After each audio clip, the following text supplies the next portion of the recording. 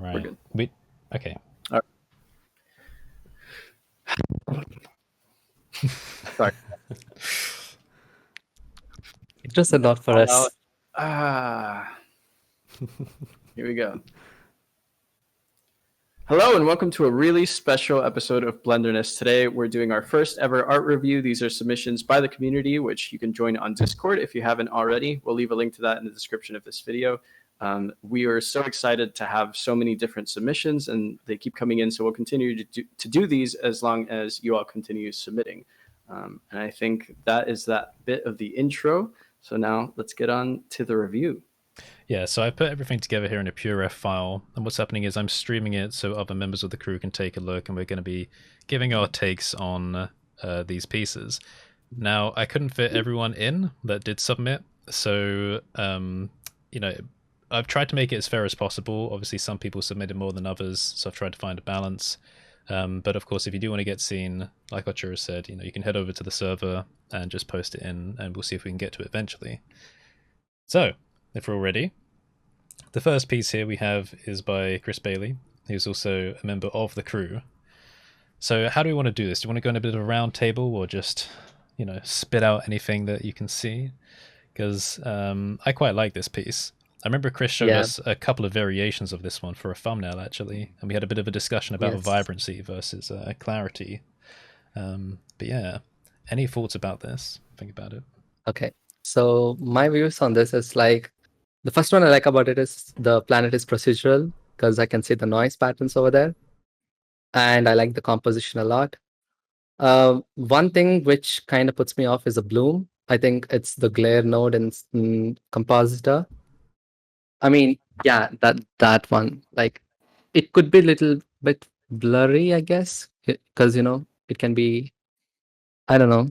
I was just thinking, like, it just feels more fake because of that. Yeah, that would sell. But I really like the composition, lighting, and everything. I think the composition is really strong. I think a lot of artists always, you put your thing in the middle of your frame, or you're scared of putting stuff beyond the edge of the frame. And I think this is really strong because he's actually allowed it to flow over the edge, which is a really good thing. It kind of makes it feel more real, like somebody's taken this picture. My criticism is kind of the same with the bloom. Because you're in space, the only reason that you would have a bloom like this is if your lens was dirty. There's no atmosphere to be refracting the light. But that's like my only thing. I think the composition is great, and I really love like the shape language he's used on this satellite. I want to preface this by saying it's all opinion, but I'll say this. I like the composition. I think the composition is very strong. Being that it's a square image, you don't have a whole lot of the rectangle, the 16:9 format that we're pretty used to seeing. So this is more of like the Instagram type look, and the fact that it's off-centered, and my eye is kind of drawn directly to the hottest spot, which is the solar arrays. That is pretty cool. The glare on the solar arrays, like Aaron said, yeah, if you have a dirty lens in space, although if you do look at NASA, they're some of the shots do definitely have glare because they're shooting through windows. And if it's a human shooting it, they're shooting through windows. They're not out in space. If you have a camera that's just out, in space, they're usually pretty cheap unless like Elon throws a GoPro on there, which in that case too, they're pretty cheap. So the glares are okay. That's kind of cool. The spacecraft itself is cool. I like the imagination that goes behind it. The only thing I would see is that if it's a human habitable thing, there'd probably be a lot more shielding, and like I don't see a lot of what is called multi-layer installation or insulation, which is MLI, that would be coating quite a bit of that. So I mean, there's just like nitpicky stuff, and the solar array colors. Yeah, I like the paneling. That's very, very true to form. When they're in hot sunlight, they kind of glow.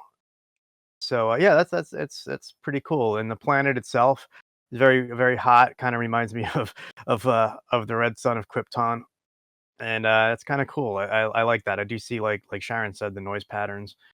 So there's something kind of interesting going on. It looks kind of like a Mustafar lava planet with an atmosphere that's scattering the light. So I kind of like that. Um, I like how the stars go in and out depending on how bright the blooming is, and I like the interplay of the colors of the blue lights inside versus the yellow glow of the sun versus the red on the bottom. So yeah, I dig it. Thanks. Yeah, I think one of the fun things about doing these is for some of them we have context of what it took to get to the finished piece, and for some we don't. So for this specific piece, I know that Chris did a stream in which he worked on the ship over at C. Bailey Films, and getting to see that from, I tuned in halfway through towards the end is really impressive. And so that adds just a little bit to my thoughts on it. But I think overall, I echo what everyone's been saying, specifically about the composition coming from a photography background. I think it's very deliberate. And first thing that came to mind was also what Aaron has already mentioned, just being comfortable with taking away just that little corner on each end. Really sells it for me. I'm very much a space nerd when it comes to anything space. It always really excites me because I think about the possibilities of what can be. But with that kind of comes some realism checks as well. So I absolutely love this piece, and I love the fact that it's like a tube with solar panels. That's like spot on when it comes to anything space wise, because that's what it's going to be. It's not going to be like Battlestar and Star Wars, unfortunately, not unless we start digging up small moons, sadly as it is. And like everybody said, love the composition. I love the pattern on the solar panels, and I loved it so much I ended up zooming in, and I wish I hadn't. Never pixel peep. So one of the things I'd love to see on the solar panels is actually something holding the solar panels. There's no edge to them. Which this is me being anal and picky about it. But with all the lovely detailing on the ship, the solar panels just having a rim or something around them would have really brought those back together and kind of joined them back to the ship. And the only other thing I really love is the scattering the lights off the planets, actually illuminating the backside of the ship, which I think is a lovely thing. I don't know whether that's a point lamp or actually the planet is illuminating it, but yeah, that was a really nice touch, because obviously if you're doing space stuff, if there's nothing to reflect light like an atmosphere, as the others have said, then you're going to have nothing on the other side. So you're going to have that real sharp contrast. And I don't know if that's an engine on top or what, but yeah, I love the way it's constructed. I don't like its position in terms of like weight distribution and thrust and all that. Like, I'm thinking to myself, I wish there was one on the other side or something just to counterbalance it. Otherwise, it would kind of spin in circles, unless it's got some funky mass distribution. But again, that's me being anal more than anything else. But overall, I love the composition. I like the fact that my eye is not drawn to like the bright area on the top right. It's always brought back to that blue, because the blue is a different color to the rest of the scene, so it remains the focal point to me. So I think it's really, really catching my eye and bringing it back. I was just going to say, how big is it? Because I get the impression that solar arrays are quite massive. However, when I look at the main and when I look at the main thing, I think, oh, this looks huge. Like, this looks like some sort of arc that's sent into space to like take people and, I don't know, like extend the human race or whatever. But then there are some parts of it that I look at and I'm like, is that like a door on the back panel there that's facing us? Like, is that supposed to be like 6 feet, 8 feet tall, that little square at the back? So yeah, it's very like the hard scale, to convey scale, isn't it? especially in space. So I guess like everyone else, I like a lot about this. There's just a few things that I would add. With the planet, again, I'm not too sure what it is, just from a visual style. Like, because part of my mind thinks, okay, star, because it's all very emissive, and then another part of my mind thinks planet, but I can't really tell. I'm thinking if it is a lava planet, maybe some actual like more well-defined darker areas where we've got like more of a terrain coming up, I think would be quite nice. As for giving a bit of a sense of scale, I think the greebles are cool, but maybe a bit confusing, kind of like Aaron said. Some bits feel a bit squashed up, some things feel a bit more stretched out. It's also difficult to get a sense of scale of this from this angle, because from looking at the back, we can tell this is actually a very long piece, but from here it kind of feels a little bit stubbed. One thing I think would be cool is if these solar arrays here could actually rotate a bit, because we do have a cylindrical shape. You could probably get a few cooler shots that look down at it from different angles, because then you could have like some bits of the solar array in the foreground and then the rest of the ship in the background. So that might help with getting a sense of scale. That's just what I would add. So I think if we're done with this one, we can move on. Okay, nice. So we're going to move on to the next one now. This is from Slinc HD. We've actually got two images from them, but we'll start with this one. I absolutely love the colors. I love seeing artwork that I would never do. Not saying that I would never do it, but this just isn't in my repertoire at all. So I just absolutely love not only the shapes. I mean, there's a lovely drop over the 2/3 from the top to the bottom. But it invokes feelings of a summer day and things like that, with the bright, vibrant, but still slightly pastel colors. We're not quite going into that childlike coloring of cranking up the saturation of the colors, but there's still a lot of definition in there, despite the the drawn back saturation. But yeah, I want to go visit this place and perhaps roll in the grass down the hill. Yeah, I like this. It's very comforting. For some reason, it reminded me of What Dreams May Come. If you guys have ever seen that movie, which is pretty dark, but I really it just definitely has that Studio Ghibli feeling. But the only thing that sticks out to me is the patterns of the bark on the tree. How they don't conform when the branches start twisting, they still maintain that same linear flow. See that right there? That's the only thing that stands out to me. I would just bend that more, try to make that curve with the UVs of the tree. Other than that, I have nothing else to say. This is really cool. I like it. I think it's kind of similar to the composition thing in the previous one, with it like going off frame. I think it's quite a brave move to put your tree over the horizon. Like, you can't see where the tree is coming up. The like, your hero asset is 50% hidden, but it gives you that kind of suspension. So you want to resolve, like, you want to go into this image so that you can go over the hill. And I think that's like a really strong bit of storytelling there that really drags you into the image. Basically, what I see here is like we really have this nice convex shape here going on. And if there is, I mean, I assume that the grass is pointing towards the other directions because of the wind. But if it is that case, but I also wanted to see if we can move the leaves in the direction as well, like everything is bent towards the direction. But other than that, I really like the colors, and yeah. I would love to see this in an animation, just to see the grass, wind blowing through the grass, and some of the leaves falling off the tree. That would be great.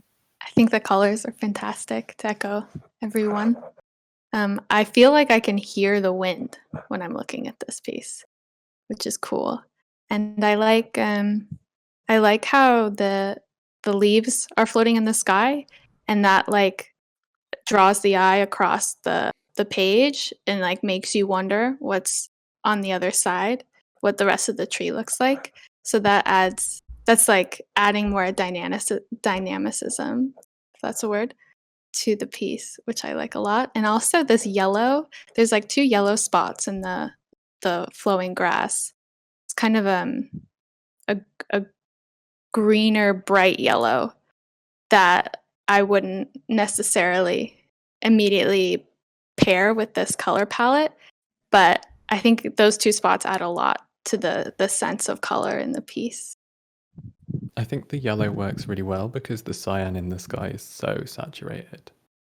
Like, it's that you get like all of the fringing around the clouds and everything, but then that yellow really grounds it, I think.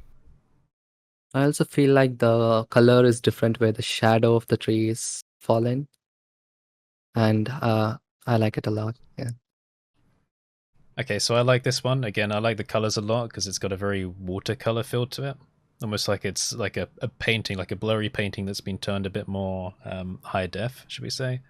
I like the kind of flat pinky style of the trees here because it does give it a bit more of an animation style vibe. One thing I'm just a bit confused about is this tiny grey bar down here at the bottom. Looks like there's a shadow casting on it. I'm not too sure what this is supposed to be. Maybe like a road that the field starts next to. The grass seems very, very long. Almost like it's kind of fur-like, and this is like the back of a creature's body. But I actually think it's quite nice with that mix of color, though, because I think it gives it more surface area to display the variation. One thing I would say about the tree with the leaves falling down is that though I do like this framing, I might actually, and also to avoid the bar at the bottom, if you lifted it up, moved it left slightly, and rotated it so it's looking right a bit, because if you can see where those leaves are blowing further down, and you have the upper section of the tree here kind of pointing down in that direction, I think that might be a bit of a nicer postcard, almost. But other than that, I do really like it. So nice. So I think we'll move on to the second image we got here from the same person, Slinc HD. So let's take a look at this. So I think the composition is not quite as strong in this one because there's kind of nothing occluded other than by depth of field. You got sort of a dusty strip in the distance. I love is it the Odd Cats animations? That cat. So that's a great little reference. But it splits so much having that vertical pole. Like he's gone for the thirds, which is great. And then obviously the sort of the explosive barrels or radioactive barrels on the right. That's kind of another third thing. I really like the colors they've gone for there because it's very much like an analogous color scheme. They haven't gone for like complementary colors or anything. There's no blues in here. They've just stuck very much to yellows and reds with a tiny little bit of green on the horizon and the wood as well. So I think the color scheme is great. I think they've worked really well with that. Yeah, I really like this piece a lot, and the textures is on the paper, it looks a little bit glossy because there's a lot of dust and everything. But if it's a paper, it has to be a little bit more rough. And in the textures on the barrels, I really wish it, because it's touching the ground and it looks like it's dipped in. I would like to see the ambient grunge on the edges of the. Yeah, I know it's a reference to your node groups, but it's okay. Like the ambient grunge on the edges of the barrel. Like, Erin made a really nice tutorial on this, like a barrel tutorial where you blend it with the atmosphere, which is what I wanted to see. But other than that, the color, the framing is good. Erin said like it's a little bit. Because we already saw the other work of Slinc. Like this is a bit less. Like I know I want to focus on this paper, but the barrels are kind of distracting me a lot. Like, and the story, I really want to know the story of the piece.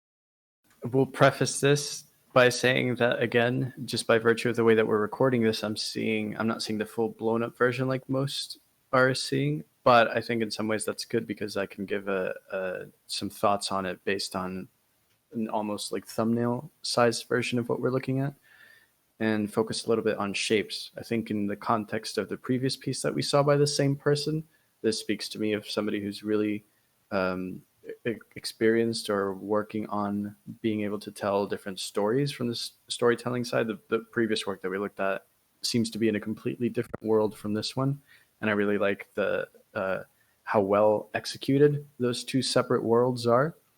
I would say the one thing that kind of makes my mind go, wait a minute, is the repetition of the barrels, both in the midground and then in the background. I think having them leaning on each other again just makes me, in maybe a good way, think about what's going on in this world. Is there a really strong windstorm that's coming and blowing these barrels and making them stack up against each other? But other than that, as far as details go, composition, color scheme, and the like, I think it's really strong and a really great exercise in telling a story about a different world. The only thing I'd say is just on a technical level, just desaturate the barrels a bit more, especially the ones in the back. They're carrying quite heavy saturation still in the back. I would just probably take that saturation down because they're definitely in that radioactive whatever mist, dusty half-life type misty look. I dig it though. I mean, this is really like very different from the last one, and it shows the strength of this artist. I like the world. I like where they're going. I think the image can be pushed more certainly, but it's definitely cool. I like it. I look at the image itself, and I like the sort of acid-like yellow that goes throughout the entire image. I think others have raised like the point of the barrels look a bit odd. There's a story here, and I'm looking for more information, and I want to know more about the world that this is in. It reminds me very much of I don't know whether a Fallout-esque environment comes to light or some sort of apocalyptic scenario, or it could just be a desert road on a windy day. So there's so much that I want to know that I'm not getting from this. So um, I feel there's something missing. I love the overall feel of the image, but there's something missing. There's a hook missing for me. Um, and I'm kind of drawn backwards and forwards to what I'm supposed to be looking at. You've got the red barrels, as the others are saying. You've got this really prominent poster. My eye keeps going back to that, and that's that poster is almost a great place, perhaps if it was a news bulletin that had some sort of information on it, like the bombs fell or whatever the background story is. I feel like that post is a missed opportunity for the rest of the piece here. But otherwise, I love the techniques that have been used as well, making sure that the roads, that basically sand is blown across the road, and little things like on the far left, it looks like they've still got the road poking out, just where the sand is going over a curb or something like that.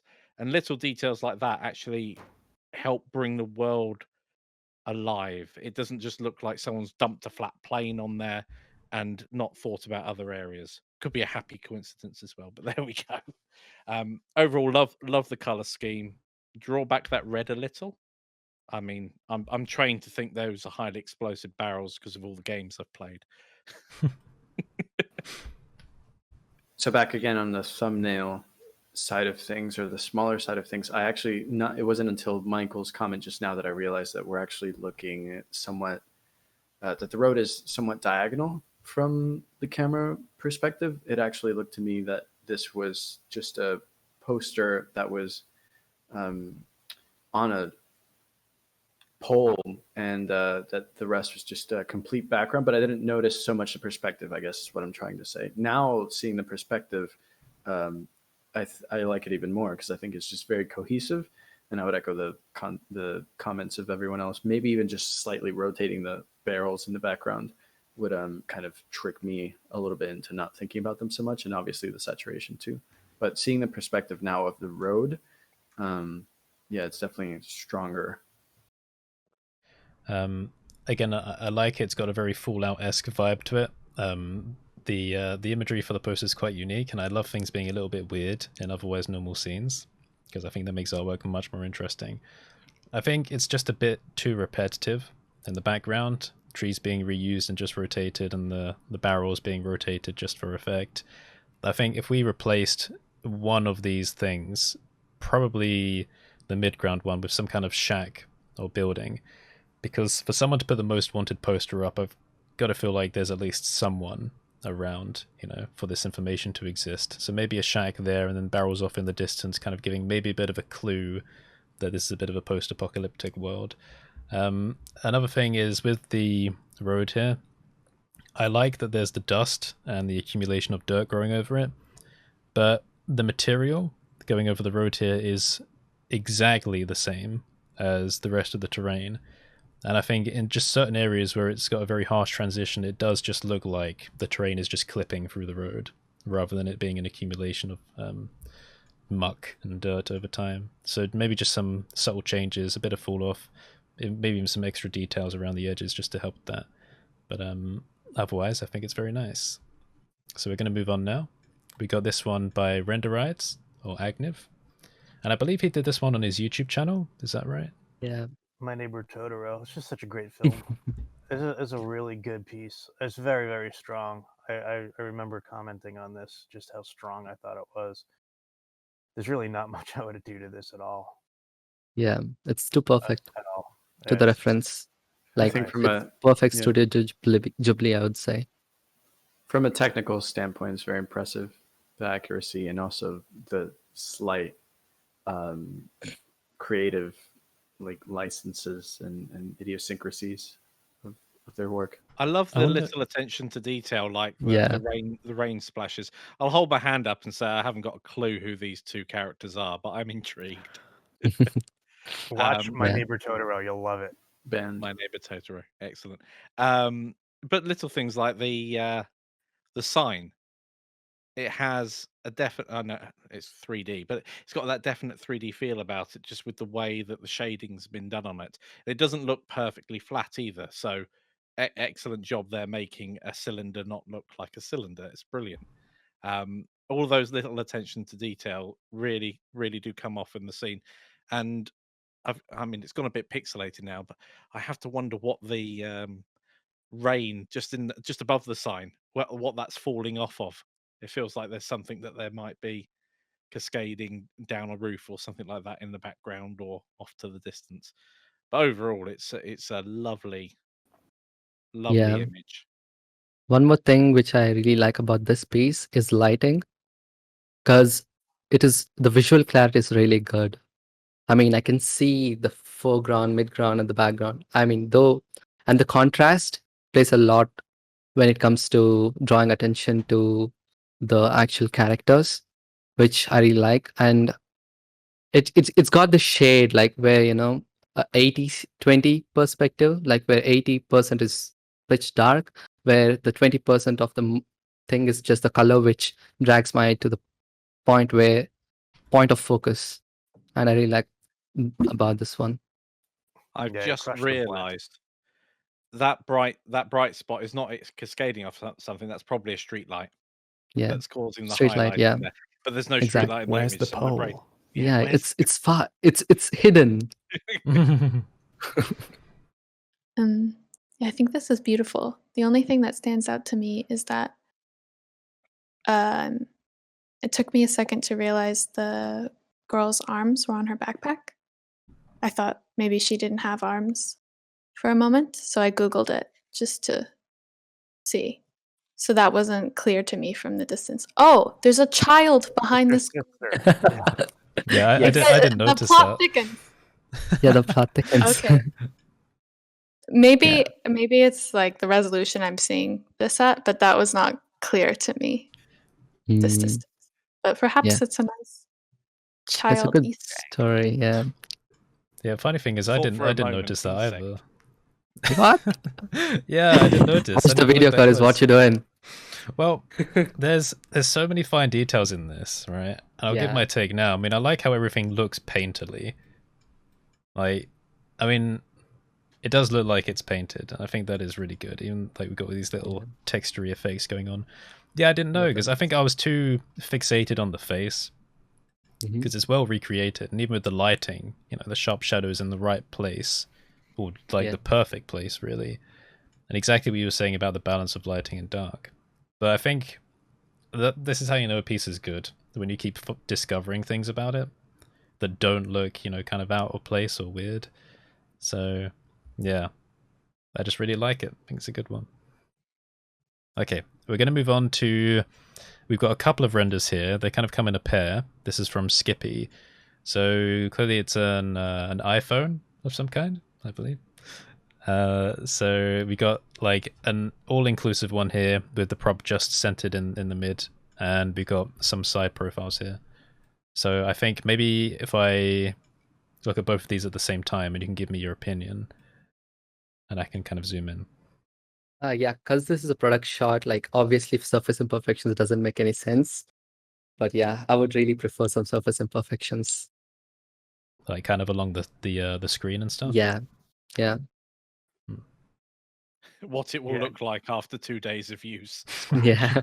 No, like just after I touch it, right after I buy it, you know? Yeah, after the first 'Cause if 2 I days of place any it- new phone, it Yeah. doesn't look anything like that. Yeah. Yeah, Yeah. exactly. The second you put surface imperfections on anything on a product shot, in my the clients come back going, "No, it has to look perfect." I'm like, It's okay. like, okay, okay.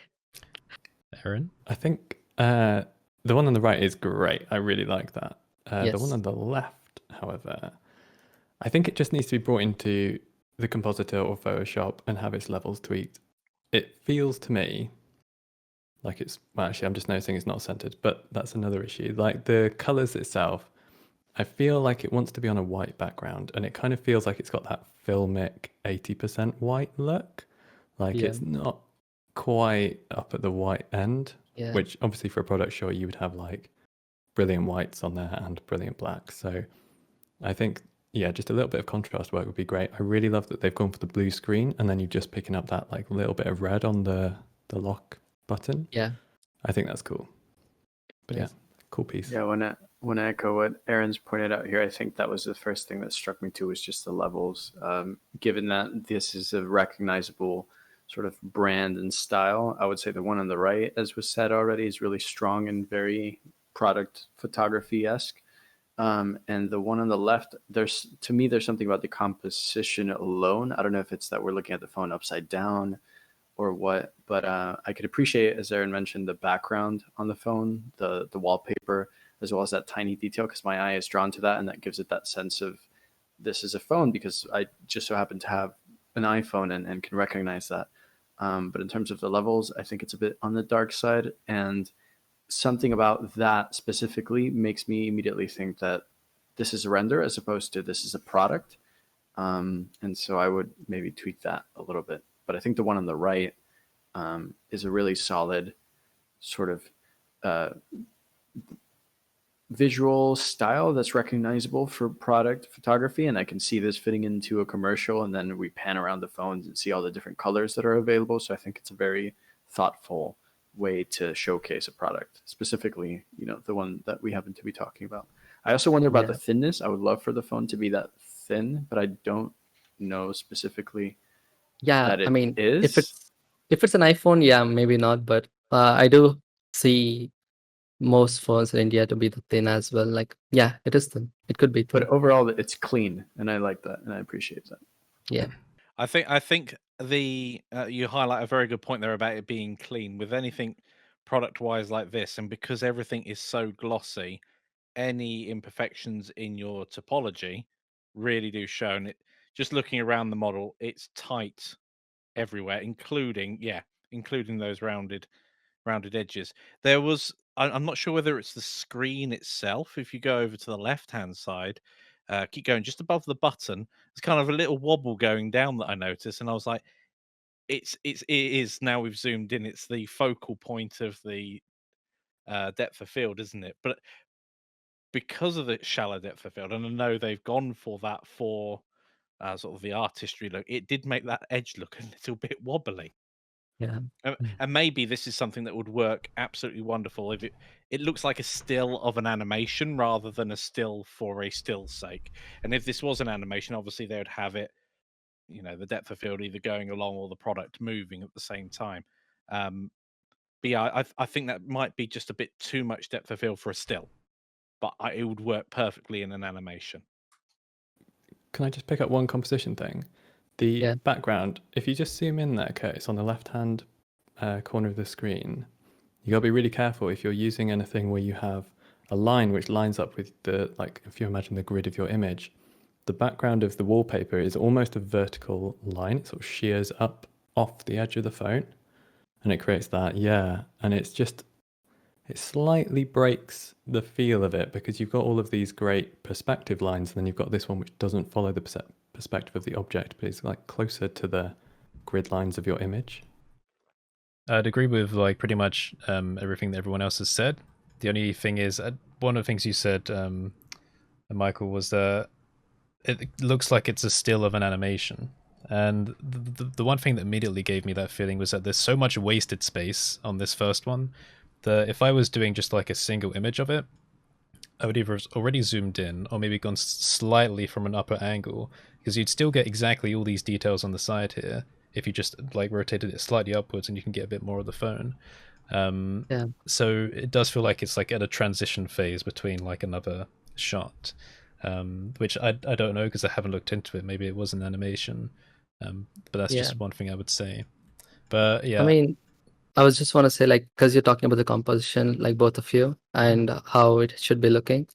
Normally, in general, when I see product photography for phones, especially, they'll be floating in the air. But when it's on a surface, there's obviously more objects like a book, or like like as if it's on a table. Most of the time, when I see phone commercials, so that would actually make it more better, I guess, with the composition wise, because it's on a surface. Or else, like most of the phone commercials that I watch are always floating. Yeah, it's a really good point. Before we move on to the next one, thinking about the context of the showcase, I think for the left one now with what Shadans just said, it makes a lot more sense to try to put this into some scene that would make me think, oh, this is where, if this is meant to be a product shot and not just a test render, right? Thinking about, oh, this would fit into a scene with like books and what an actual desk might look like where this phone might live, as opposed to using this somewhat like evenly colored canvas in the background just for the sake of having it. I think that's something that's stronger and sends a more cohesive message if the phone's floating in the air, like Shadan mentioned, or like the one on the right where we're actually seeing a lineup. But having the phone, I think on the left just carries a lot of weight on its own. When it comes to if it is actually a shot of a still from an animation, just go back to that point for a few minutes. It's something that I would never even consider when actually doing my own work. So I think it's highlighted, even if it's not, it's highlighted a great point that if you've got an animation, taking a still from it might not be the best way forward. It should perhaps it should be set up in more of a way that it would convey an actual still, as whether it's in an environment or just a different perspective. And I think, as you alluded to earlier, showing more of the phone by just moving the camera up slightly would also widen that depth of field because more of the phone would be in that plane. So yeah, I think it's a really tight image overall, and products have to be perfect. That product imagery, it's all about that perfection.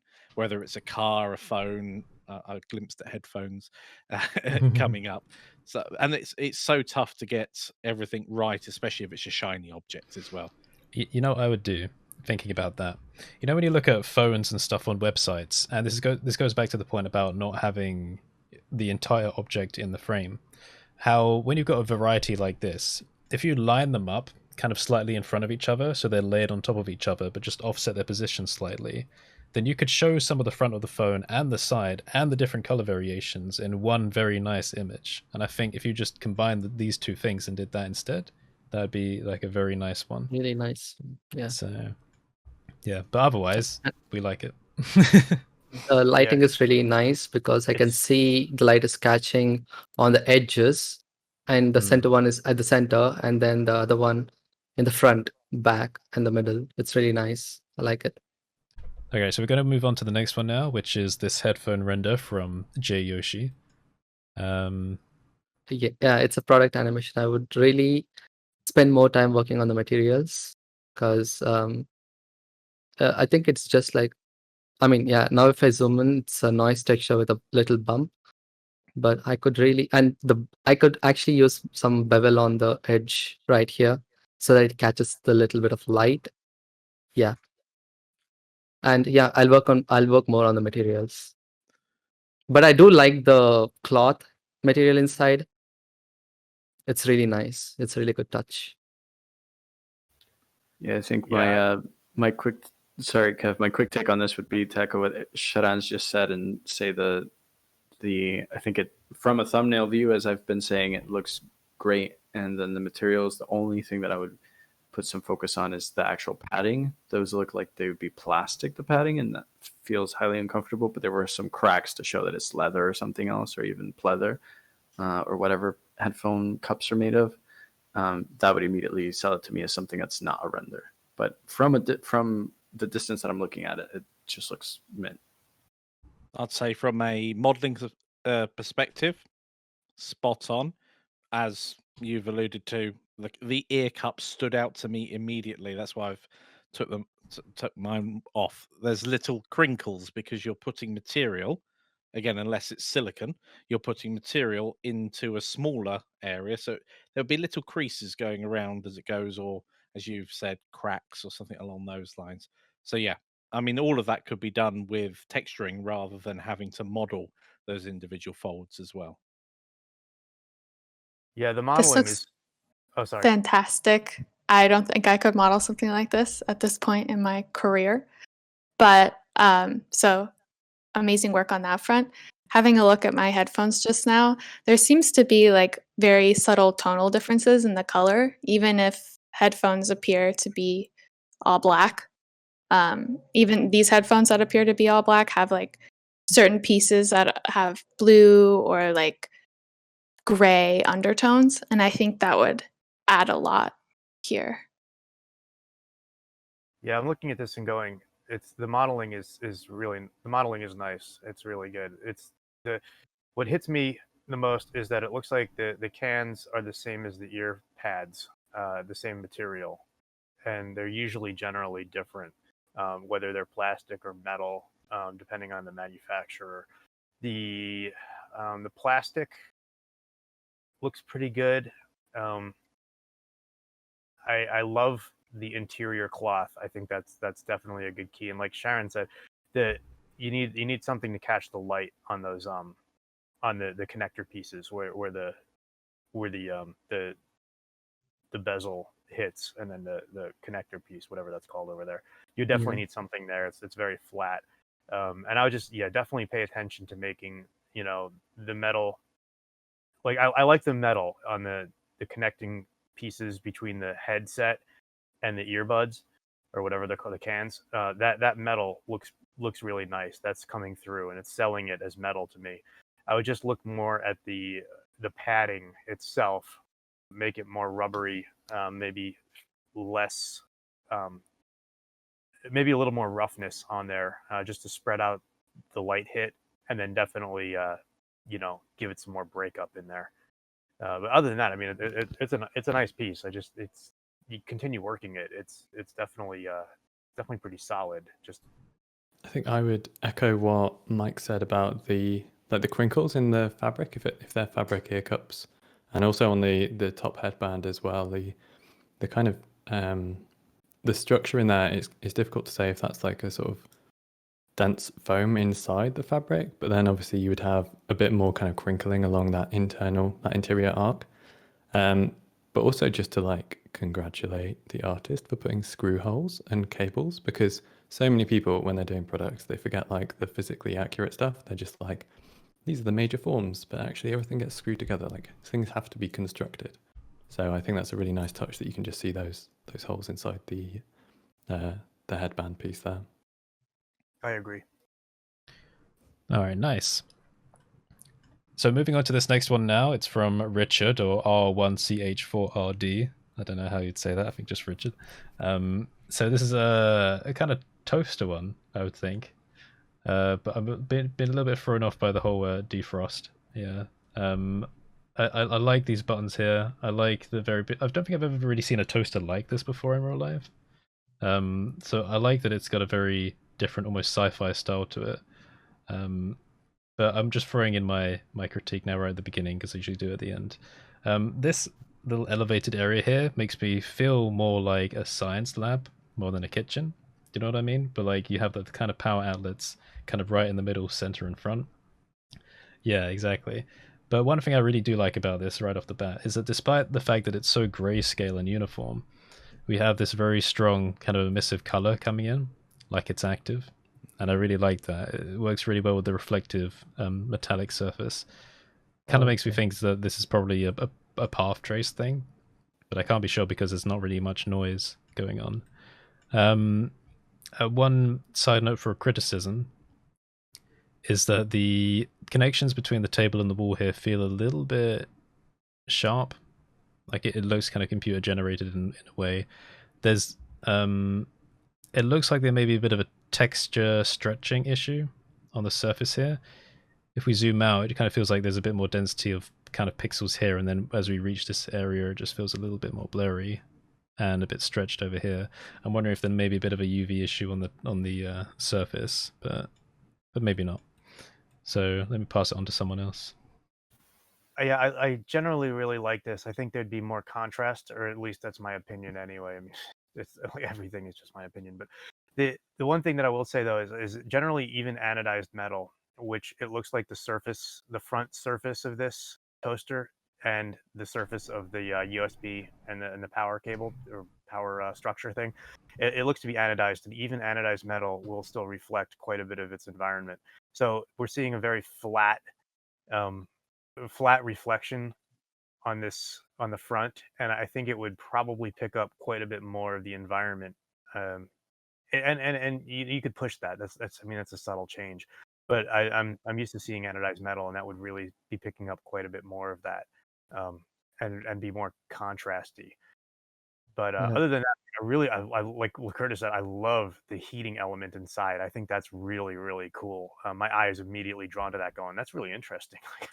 I kind of dig that, and I like the power connector right where it connects to um, the cable connects to the brick.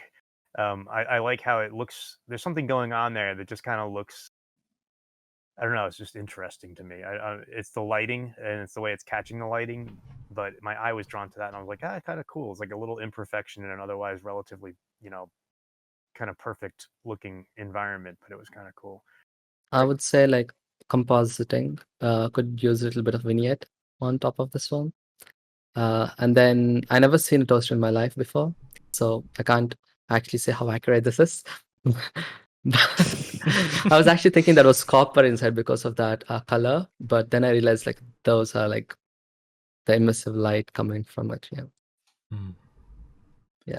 I think the would- composition here is a bit strange, like in terms of the lines of the tile and then the lines of the toaster, and then the lines on the top of the charging pillar all seem to almost align, but like for example, the top of the toaster is like just under the that the top of the tile, and I feel like it would be cleaner if the toaster is like the top of the toaster sat in the middle of the next tile. Changing the angle of the camera would help.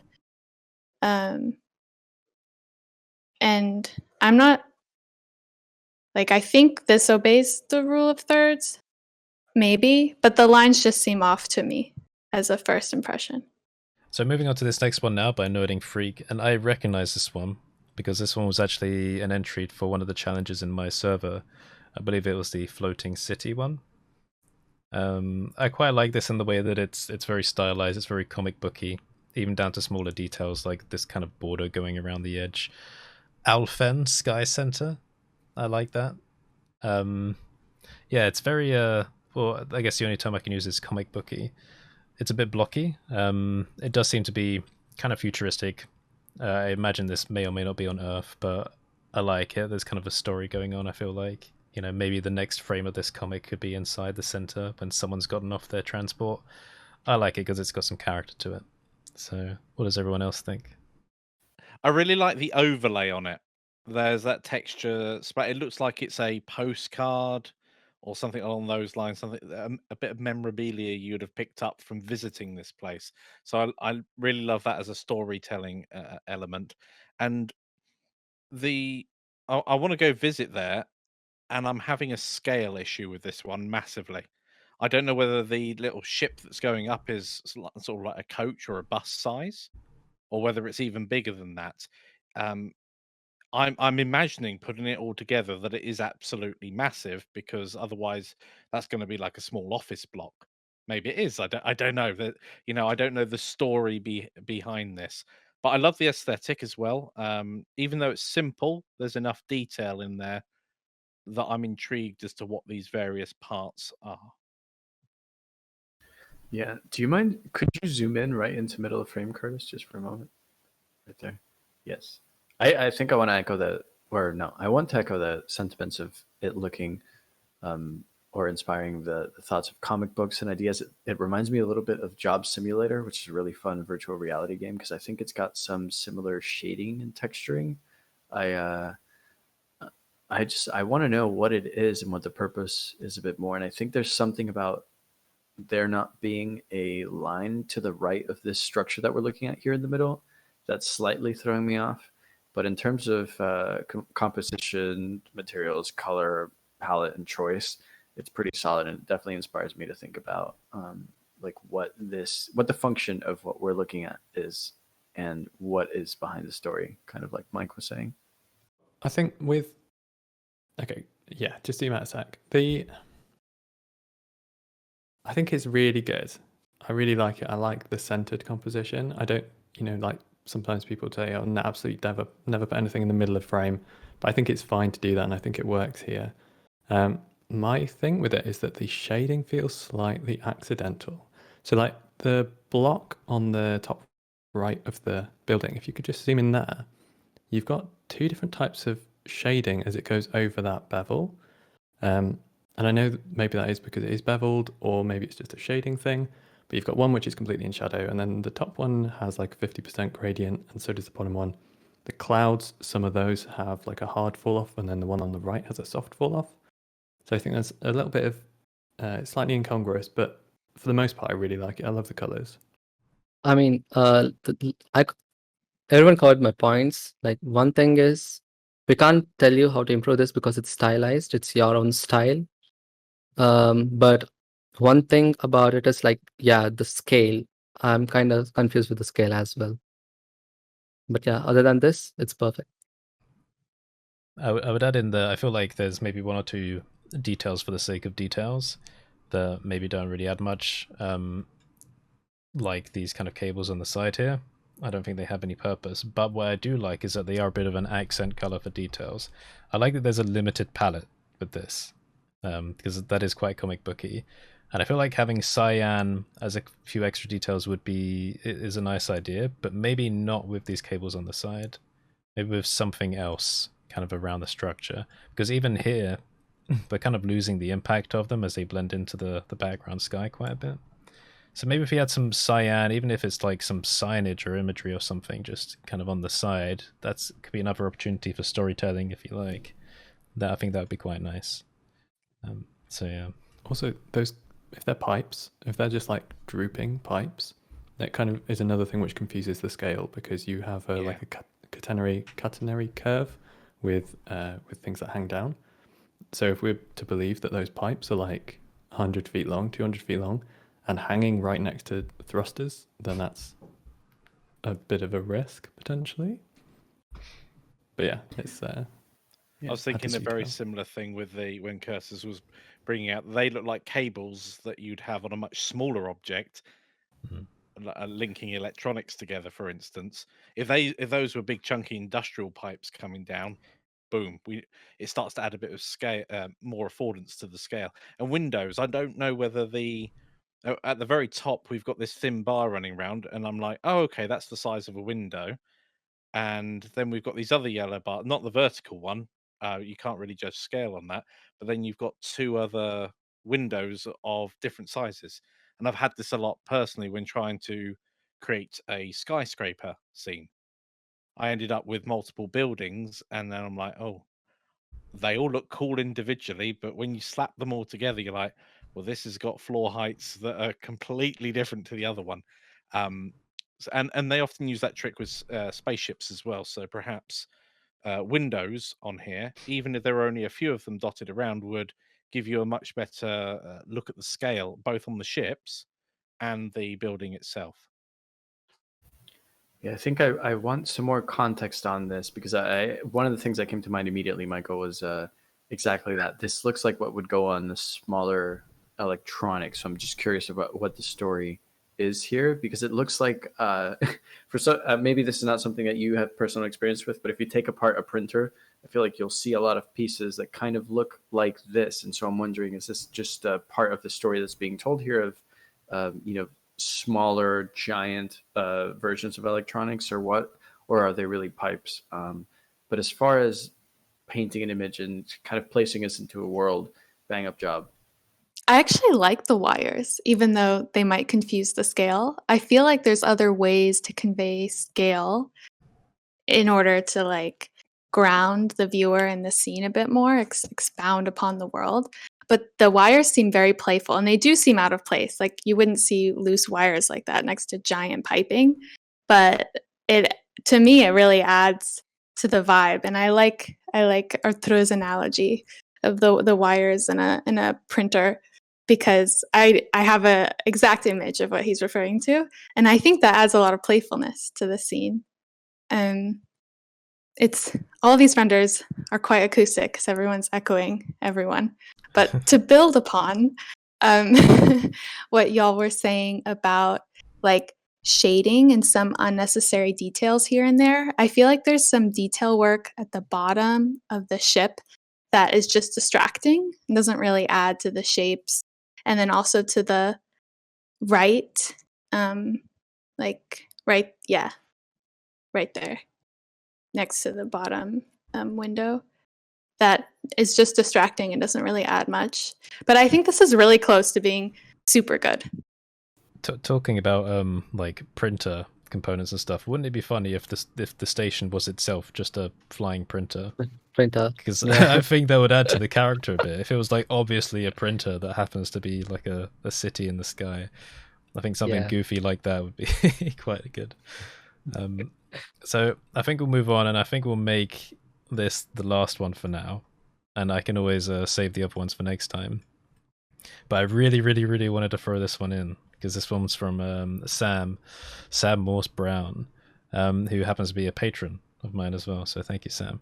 But he's been showing off quite a lot of these planet renders on my server, and oh my god, they look amazing. So this is one of his really wide renders. He's done like other ones as well. So I guess we can kind of like take a look around back and forth. But if I just give you like an overview so you can have a look, well, what do you think? I'm loving those clouds. Yeah. A lot of planets that are rendered, even if they've got atmosphere, often it's just a sphere that's sort of just a tiny bit larger, and then they're just flat clouds put on top. But these genuinely look like they've got a lot of depth to them. It looks like a very stormy new world. Yeah. The low orbit resources. The textures are great. Yeah. One note about the clouds in particular that I do want to give them credit for is, you know how clouds kind of absorb light, right? They're not always bright and white and like additive.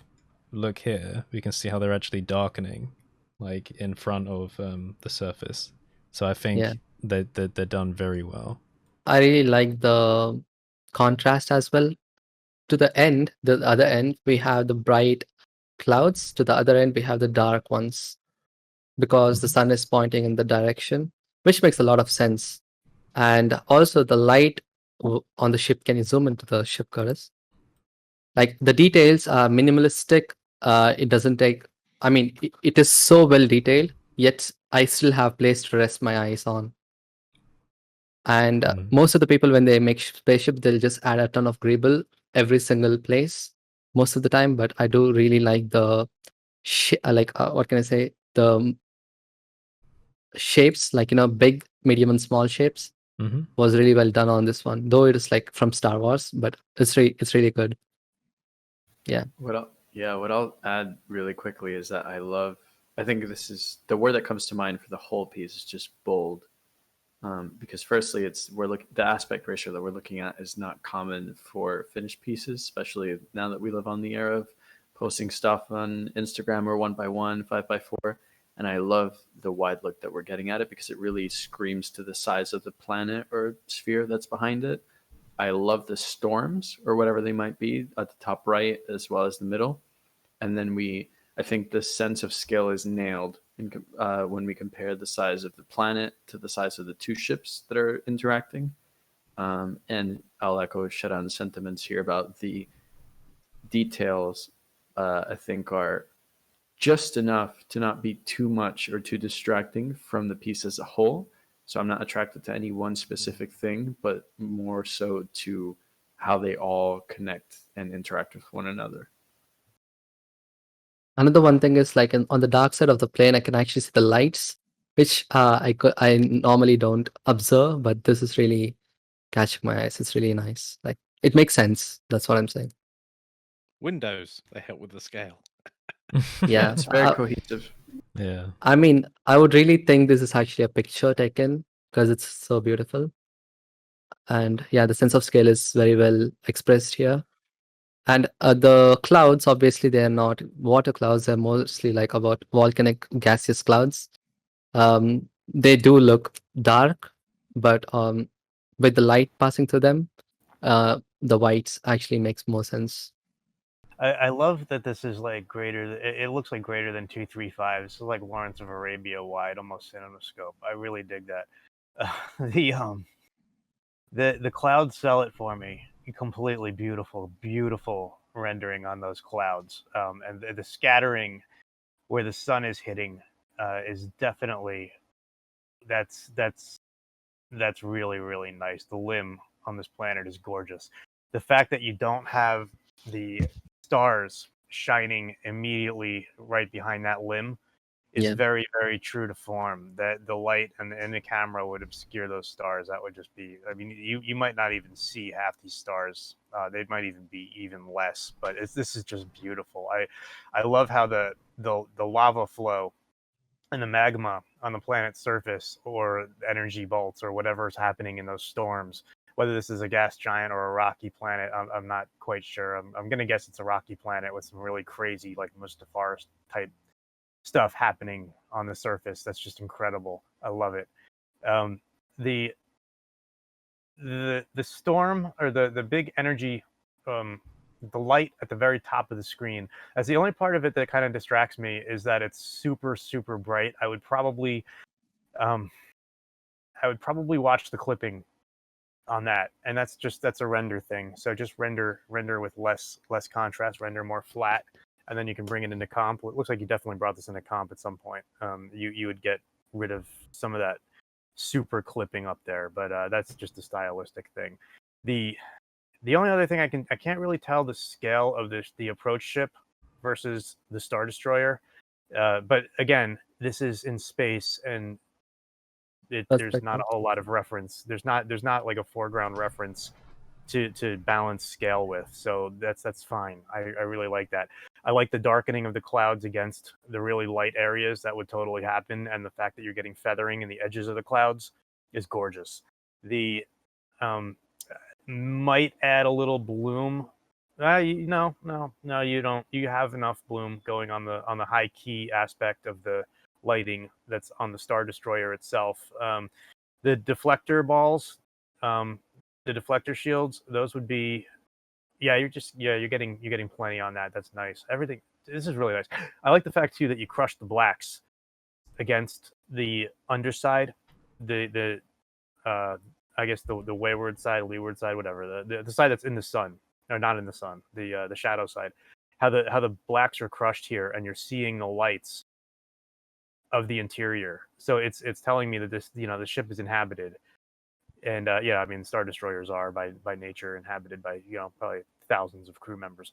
So that really, I just really like this. And one thing I love too is in the shadow area in the dark on the bottom right hand side of this screen, you really see like the blood red of that planet picking up in the lighting and adding, mixing to the high key areas that you see in the lighting coming from the top.